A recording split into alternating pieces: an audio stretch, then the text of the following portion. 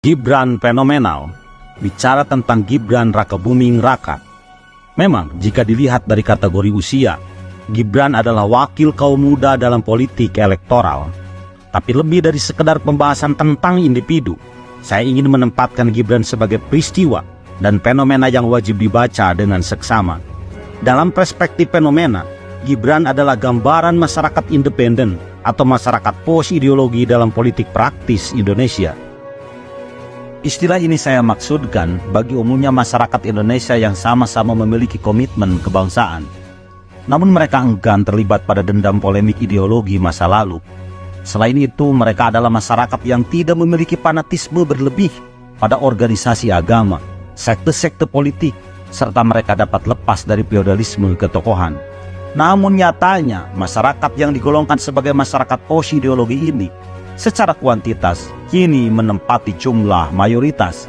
Dalam wacana politik praktis, masyarakat ini sering disebut sebagai kelompok swing voter atau massa cair, yang umumnya mereka memilih partai dan tokoh dengan argumentasi yang bersifat teknis namun independen. Mereka tidak pernah sibuk mempertanyakan terkait asal-usul akademik tokoh yang akan dipilihnya, apalagi mempertimbangkan riwayat genetika, mazhab agama, aliran partai politik, etnis, dan isme ideologi. Kriteria calon yang mereka pilih adalah orang yang menurut mereka memiliki integritas dan kompetensi yang cukup, sekaligus berpenampilan menarik, usia yang produktif, dan terutama memiliki opportunity kemenangan, serta memiliki keberanian melakukan terobosan. Masyarakat ini pun tidak pernah terprovokasi oleh cerita sejarah para calon presiden dan wakil presiden yang konon sejak dulu diaktori orang-orang yang menyandang citra tokoh ideologi dan atau setidak-tidaknya terlahir dari ekosistem politik yang berbasis ideologi, entah dia yang diasosiasikan sebagai tokoh ideologi religi dan atau yang sekuler.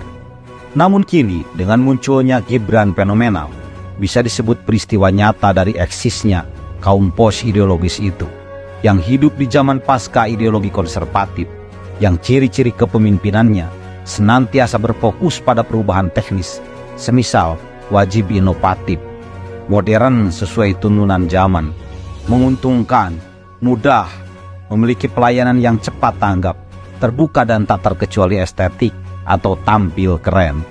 Mungkin bagi sebagian orang pengikut ideologi lama dan atau yang terpapar romantisme pada isme-isme di masa lalu, akan memandang Gibran fenomenal ini sebagai era kepemimpinan non-substantif, minim rekam jejak dan ahistoris.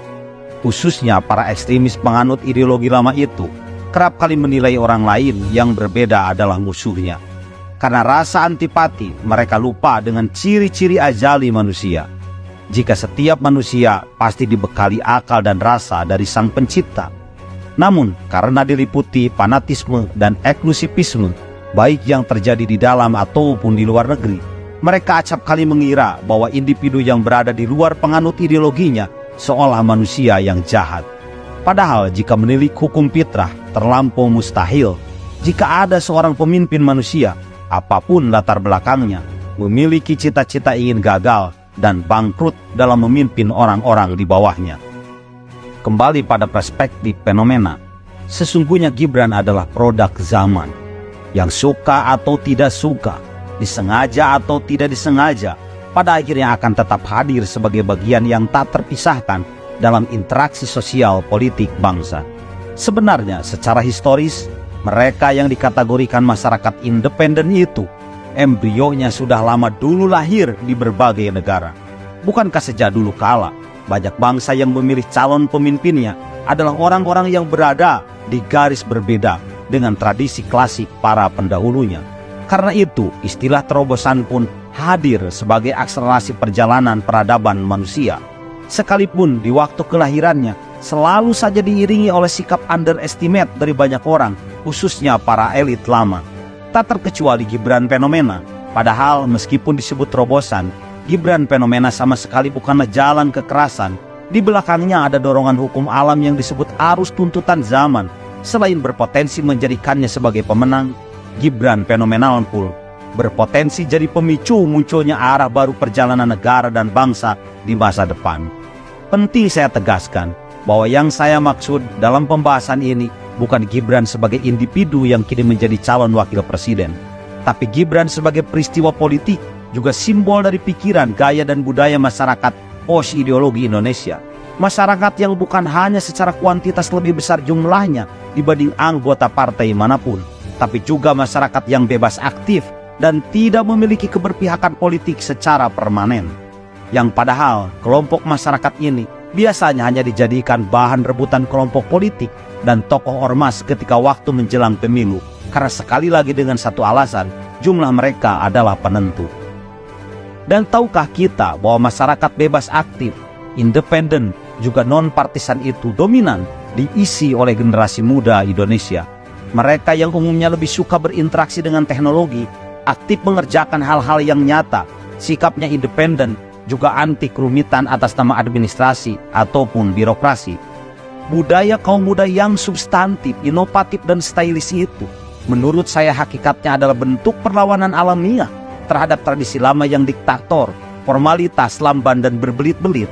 Maka sudah menjadi hukum alam jika suatu perlawanan pada gilirannya sering mendapatkan kesempatan emasnya, dan kini bisa saja disebut gayung bersambut ketika ada di antara mereka anak muda semisal Gibran Rakabuming Raka yang tampil menjadi calon pemimpin bangsa. Dan tidak menutup kemungkinan respon positif dari kaum muda pun akan otomatis aktif alamiah, tanpa rapat, tanpa perintah. Gerakan kaum muda itu masif, meski tidak berkerumun ria atau sorak-soranda dalam luapan euforia. Karena kaum muda Indonesia tidak seperti kelompok ideologi klasik yang menggemari bahasa basi, seremonial, jampe-jampe, simbol dan warna.